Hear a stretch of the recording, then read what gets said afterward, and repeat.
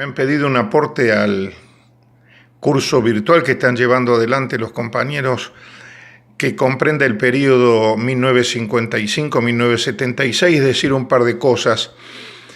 En primer lugar, este periodo está regido por la resistencia peronista a la Revolución Libertadora. Resistencia que llevaron adelante particularmente los delegados de los establecimientos fabriles, más que las conducciones de las organizaciones sindicales, que en su mayoría, no digo todos, hubo excepciones, terminaron asimilados por el sistema. La resistencia no fue pacífica. Hubo sabotaje, los caños heroicos, peleas muy bravas de los trabajadores que impidieron que se estabilice el proyecto de la oligarquía, a tal punto que en 1958 tienen que llamar elecciones. El peronismo, Perón en realidad, hace un acuerdo con Frondizi, tuvo una participación muy determinante en ese acuerdo John William Cook, y es electo Frondizi presidente. Al poco tiempo traiciona no solamente ese acuerdo, sino fundamentalmente a los trabajadores, dando vía libre a los monopolios para que siguieran haciendo su agosto en la Argentina. Hubo una gran resistencia, una gran pelea del movimiento obrero contra el frondicismo. El ícono, el eje de esa lucha ha sido, sin lugar a dudas, la toma del frigorífico Lisandro de la Torre en enero de 1959, pero hubo huelgas emblemáticas de los ferroviarios, de los bancarios, que fueron reprimidas salvajemente, militarizando la represión, movilizando a los trabajadores y metiéndolos presos en cárceles federales. Frondizi no va a durar mucho tiempo más y va a ser detenido por las fuerzas del ejército, enviado a la isla Martín García y reemplazado por un títere que era el presidente de la Cámara de Senadores en ese momento, José María Guido. Entre tanto, ya había ocurrido en 1957 un hecho que es trascendente para la formación como ícono de la formación del movimiento obrero argentino, que es el plenario de las 62 organizaciones en La Falda, que luego se va a replicar en 1962 en Huerta Grande. Los proyectos de Huerta Grande y La Falda son hasta acá dos de las piezas en cuanto a elaboración y a comprensión de nuestra situación como país dependiente y con propuestas para salir de este estado más importantes que ha parido el movimiento obrero argentino hasta la fecha, no solamente porque plantean la nacionalización del comercio exterior, de la banca, sino que tienen una clara direccionalidad anticapitalista y antiimperialista. Todos los trabajadores, los delegados, las delegadas, los dirigentes deberíamos leer minuciosamente los proyectos de Huerta Grande y La Falda.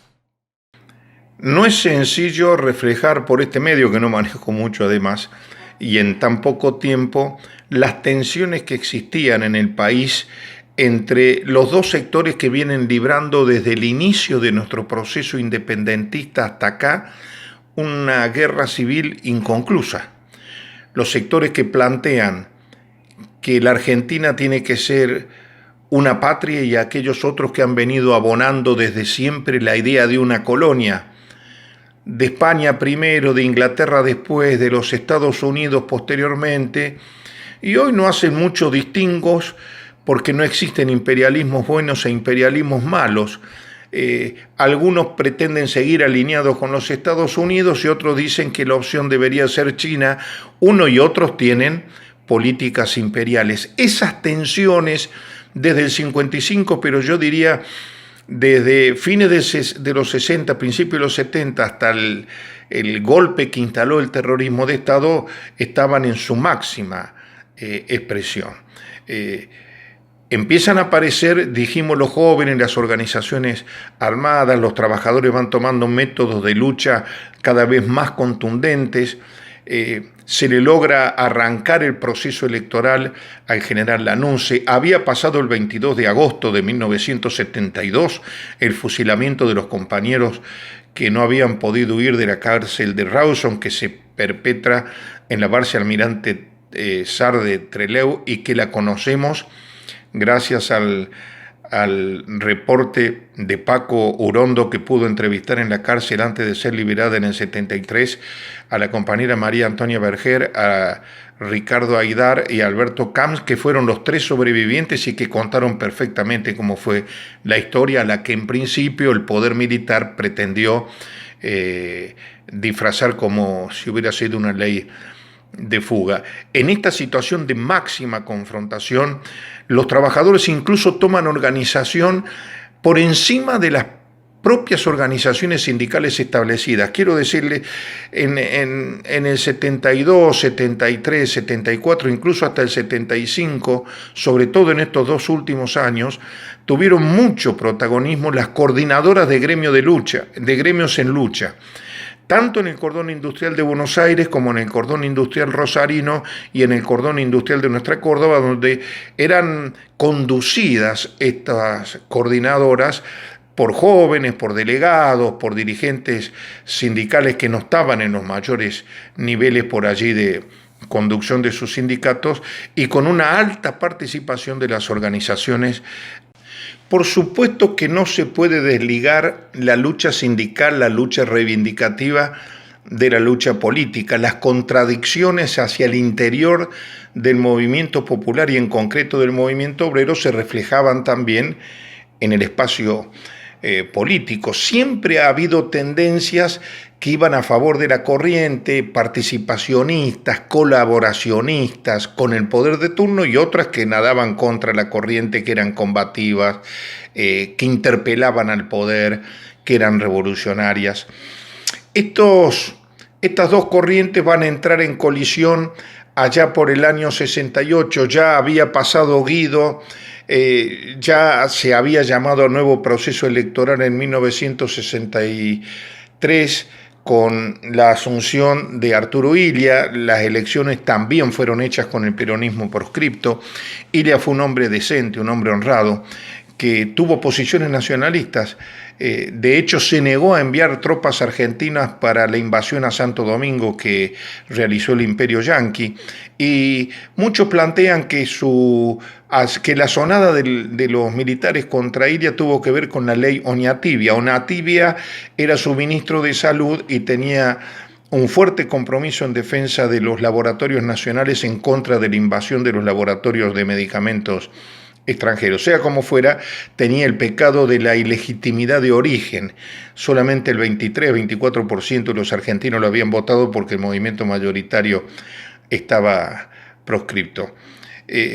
Luego de Illia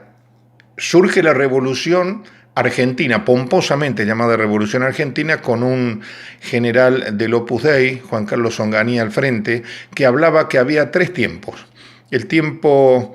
el tiempo económico, el tiempo social y el tiempo político. Los tipos querían quedarse 10, 15 años. Lo que no tomaron en cuenta era la capacidad de lucha y de resistencia de la clase trabajadora, que empezó a darle pelea casi desde el inicio, y allí surgen las famosas puebladas que poblaron nuestra patria.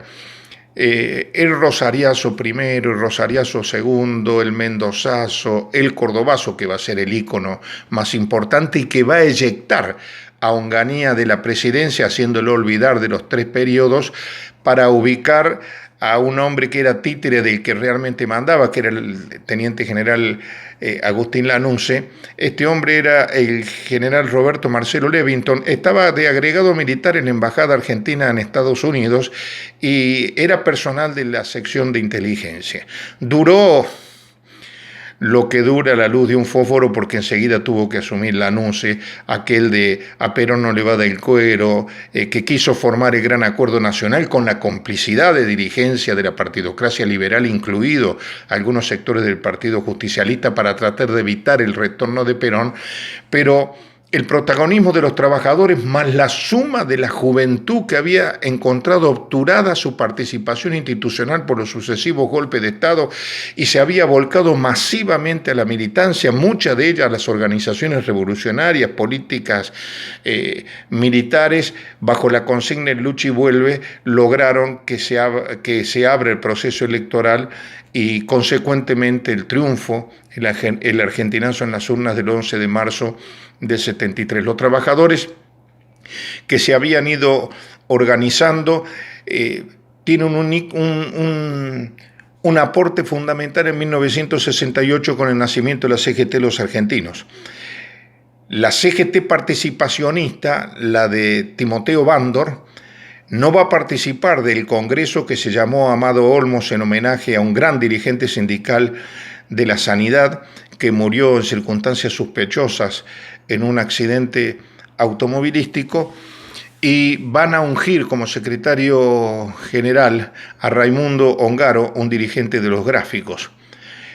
Bandor era participacionista, en palabras criollas era un traidor. Cuando lo fue a ver a Perón a Puerta de Hierro en España, Perón le dijo, mire Bandor, porque Bandor era el que hablaba de hacer peronismo sin Perón, le dijo, mire Bandor, a los traidores generalmente o los mata los que lo contrataron o los terminan matando a quien traicionó. Quiero decirle, a usted lo va a matar el ejército o lo van a matar los muchachos. Bueno, terminó siendo la segunda cuestión. Lo mataron los muchachos, lo ejecutaron a Bandor en su propia oficina de la Unión Obrera Metalúrgica en la capital federal. Raimundo Ongaro va a inaugurar un espacio muy breve, fue efímera la existencia de la CGT Los Argentinos, pero amplió y abrió una puerta muy grande que oxigena el movimiento obrero, sumas intelectuales, suma sectores de la cultura, suma mucha juventud. El diario de la CGT Los Argentinos va a ser dirigido nada más ni nada menos que por Rodolfo Walsh. Todos recordamos el manifiesto del 1 de mayo de 1968 en ese diario. Va a aparecer también acompañando Ricardo Carpani, ese dibujante extraordinario que ilustró como nadie la historia de la resistencia y pelea del pueblo y de los trabajadores argentinos. O sea que la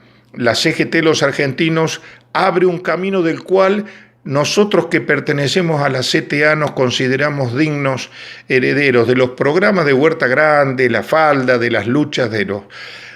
los primeros trabajadores que dieron pelea por sus reivindicaciones y también de la CGT de Los Argentinos. Termino, digo que estas bandas fascistas, producido el golpe del 76, se sumaron a los grupos de tareas que implementó el poder económico liderado por Martínez de Hoz con las fuerzas militares para implantar un modelo que venía a significar la ruptura del estado de bienestar por un modelo absolutamente distinto de apertura indiscriminada de la economía, destrucción de la industria nacional, y que también describe Rodolfo Walsh en su carta del 24 de marzo del 25 de marzo de 1977 a la Junta Militar respecto al desastre económico y social que va a dejar la dictadura, más allá del desastre que perpetró en materia de violación de los derechos humanos, los 30.000 compañeros detenidos desaparecidos, los 10.000 presos políticos en las cárceles de la tiranía, los exilados, el 500.000 de trabajadores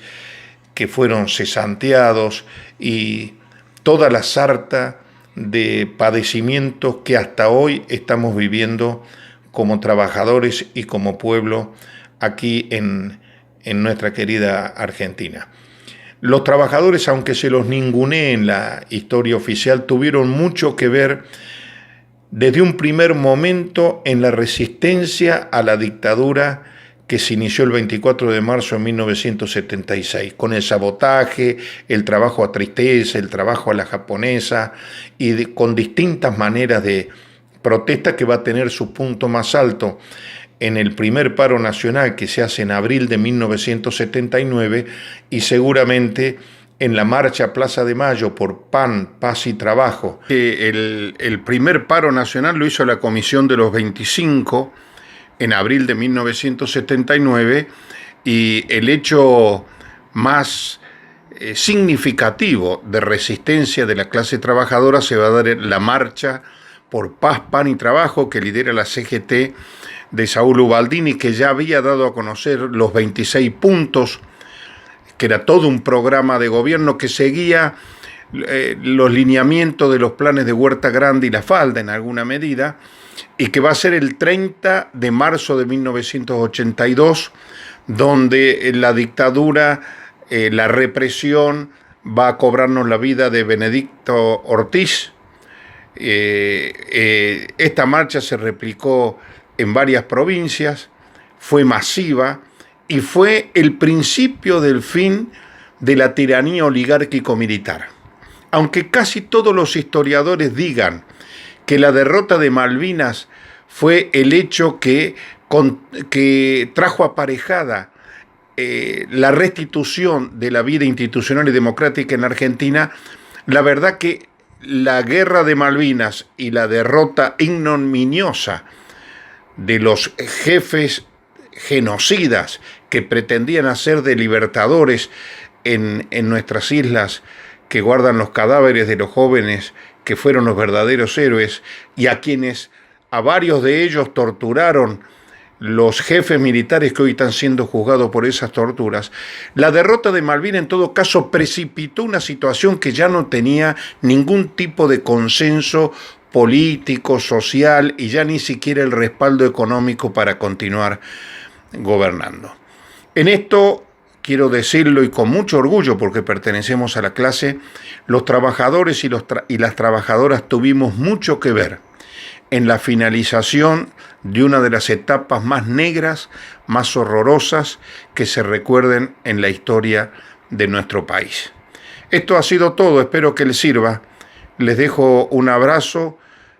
caluroso, solidario desde nuestra cuarentena.